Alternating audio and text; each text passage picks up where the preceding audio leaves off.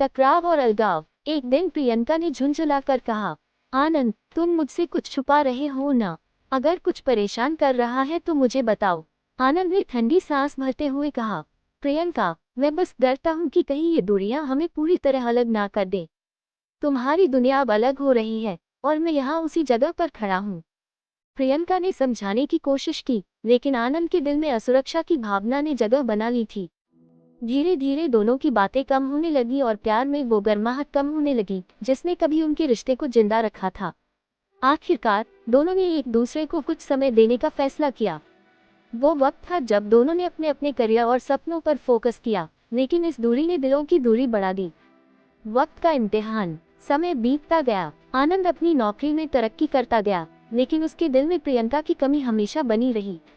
दूसरी तरफ प्रियंका ने भी दिल्ली में अपने करियर में नाम कमा लिया, लेकिन उसके दिल में वो खालीपन था जिसे सिर्फ आनंद ही भर सकता था। करीब 2 साल बाद एक दिन अचानक प्रियंका ने आनंद को मैसेज किया, कैसे हो? आनंद ने तुरंत जवाब दिया, तुम्हारी कमी महसूस हो रही है। प्रियंका की आंखें नम हो गईं। दोनों ने घंटों बातें की और एहसास हुआ कि वो अब भी एक दूसरे को उतना ही चाहते हैं जितना पहले। फिर से मिलन। कुछ दिनों बाद प्रियंका पटना आई। आनंद ने उसे अपने पसंदीदा कॉफी शॉप में बुलाया।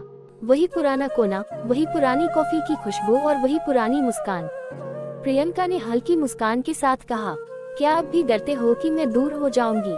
आनंद ने मुस्कुराकर कहा, नहीं, अब मुझे यकीन है कि हमारा प्यार हर दूरी को पार कर सकता है। प्रियंका ने आनंद का हाथ थामते हुए कहा, तो क्या हम फिर से शुरुआत कर सकते हैं? आनंद ने उसकी आंखों में देखा और कहा, हमारी कहानी कभी खत्म नहीं हुई थी प्रियंका, ये तो बस एक ठहराव था। नई शुरुआत। आनंद और प्रियंका ने इस बार अपने रिश्ते को और मजबूत करने का फैसला किया। प्रियंका ने अपने करियर को इस तरह संभाला कि वो आनंद के करीब रह सके, और आनंद ने भी अपने डर और असुरक्षा को पीछे छोड़ दिया। कुछ महीनों बाद दोनों ने अपने परिवारों की सहमति से शादी कर ली। आज भी जब बारिश होती है, आनंद और प्रियंका उसी कॉलेज गार्डन में बैठकर अपने पुराने दिनों को याद करते हैं। दिल की आवाज को समझ पाओ तो सुनना, वरना खामोशी भी बहुत कुछ कहती है। प्रियंका की वही कविता आज भी उनके प्यार की बुनियाद है। नई जिंदगी की शुरुआत। शादी के बाद आनंद और प्रियंका ने पटना में ही अपना आशियाना बसाया। एक छोटे से लेकिन प्यारे से फ्लैट में दोनों ने अपनी नई जिंदगी की शुरुआत की। प्रियंका ने दिल्ली में मिले बड़े ऑफर को ठुकरा कर पटना में एक प्रतिष्ठित संस्थान में पढ़ाने का काम शुरू कर दिया, क्योंकि वो आनंद के साथ रहना चाहती थी। आनंद भी अपनी कंपनी में प्रमोशन पाकर अब एक सीनियर मैनेजर बन चुका था। शादी के शुरुआती दिन हंसी खुशी में गुजरने लगे। दोनों एक दूसरे के साथ हर छोटी बड़ी खुशी बांटते। प्रियंका के हाथ का बना खाना और आनंद की कविताओं से भरी शामें उनकी जिंदगी को और भी खूबसूरत बना रही थी। ख्वाहिशें और जिम्मेदारियां। शादी के कुछ साल बाद प्रियंका ने एक नए सपने की बात की, आनंद, मैं चाहती हूँ कि हम अपना खुद का स्कूल खोलें। आनंद ने पहले थोड़ा सोचा, फिर प्रियंका की आंखों में देखा और मुस्कुराकर कहा, तुम्हारा सपना अब मेरा सपना है। आनंद और प्रियंका ने मिलकर पटना में एक छोटे से प्ले स्कूल की शुरुआत की। नाम रखा ख्वाबगाह, एक ऐसी जगह जहां बच्चों को सिर्फ पढ़ाया ही नहीं जाता, बल्कि उन्हें सपने देखना भी सिखाया जाता है। संघर्ष और मेहनत। स्कूल की शुरुआत आसान नहीं थी। आर्थिक परेशानियां, प्रशासनिक दिक्कतें और समाज की सोच, इन सब से लड़ते हुए आनंद और प्रियंका ने हर मुश्किल का सामना किया, लेकिन दोनों ने हार नहीं मानी। प्रियंका दिन रात बच्चों को पढ़ाने में लगी रहती और आनंद स्कूल की मैनेजमेंट और मार्केटिंग संभालता। दोनों ने अपनी बचत लगा दी और धीरे धीरे ख्वाबगाह पटना के मशहूर स्कूलों में शुमार होने लगा। नन्हा सा मेहमान। जब जिंदगी पटरी पर चलने लगी तो उनकी खुशियों में एक और रंग जुड़ गया।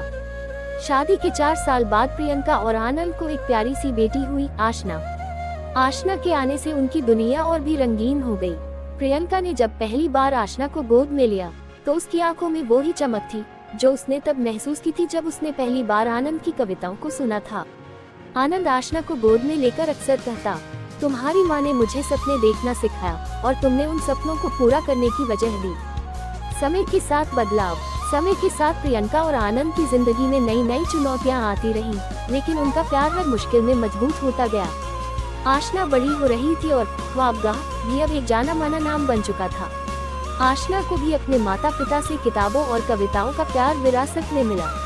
अक्सर रात को सोने से पहले आनंद उसकी फेवरेट किताबें पढ़कर सुनाता और प्रियंका उसके साथ अपने बचपन की कहानियां साझा करती। आशना की जिद और नई राह। आशना जब 10 साल की हुई तो उसने एक दिन कहा, पापा, मैं भी आपकी तरह कविताएं लिखना चाहती हूँ। आनंद की आंखों में खुशी के आंसू आ गए। उसने आशना को अपनी पुरानी डायरी दी और कहा, यह मेरी कहानियाँ हैं, लेकिन अब मैं तुम्हारी कहानियाँ सुनना चाहता हूँ। आशना ने लिखना शुरू किया और धीरे धीरे उसकी कविताएं स्कूल और शहर की प्रतियोगिताओं में छाने लगी। एक नई पहचान। आशना की कविताएं इतनी खूबसूरत थीं कि उसने 14 साल की उम्र में अपनी पहली कविता संग्रह सपनों की उड़ान प्रकाशित करवाई। इस किताब ने न सिर्फ उसे पहचान दिलाई, बल्कि आनंद और प्रियंका का सपना भी पूरा किया, बच्चों को अपने ख्वाबों की उड़ान देना।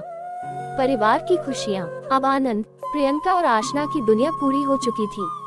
ख्वाबगाह ने सैकड़ों बच्चों को सपने देखने और उन्हें पूरा करने की प्रेरणा दी, और आशना ने अपने माता पिता की विरासत को आगे बढ़ाया। एक दिन प्रियंका और आनंद अपने पुराने कॉलेज गार्डन में बैठे थे, वही जगह जहां पहली बार उन्होंने अपने दिल की बात कही थी। बारिश की हल्की फुहार हो रही थी और प्रियंका ने मुस्कुराकर कहा, आनंद, अगर तुम्हारी कविताओं को मैं समझ सकती थी, तो क्या तुम्हें लगता है कि हमारा प्यार कभी हार सकता था? आनंद ने हंसते हुए कहा, हमारा प्यार तो वो खामोशी है जो हर फासले को पार कर जाता है, और देखो, आज हमारी बेटी उस खामोशी को आवाज दे रही है।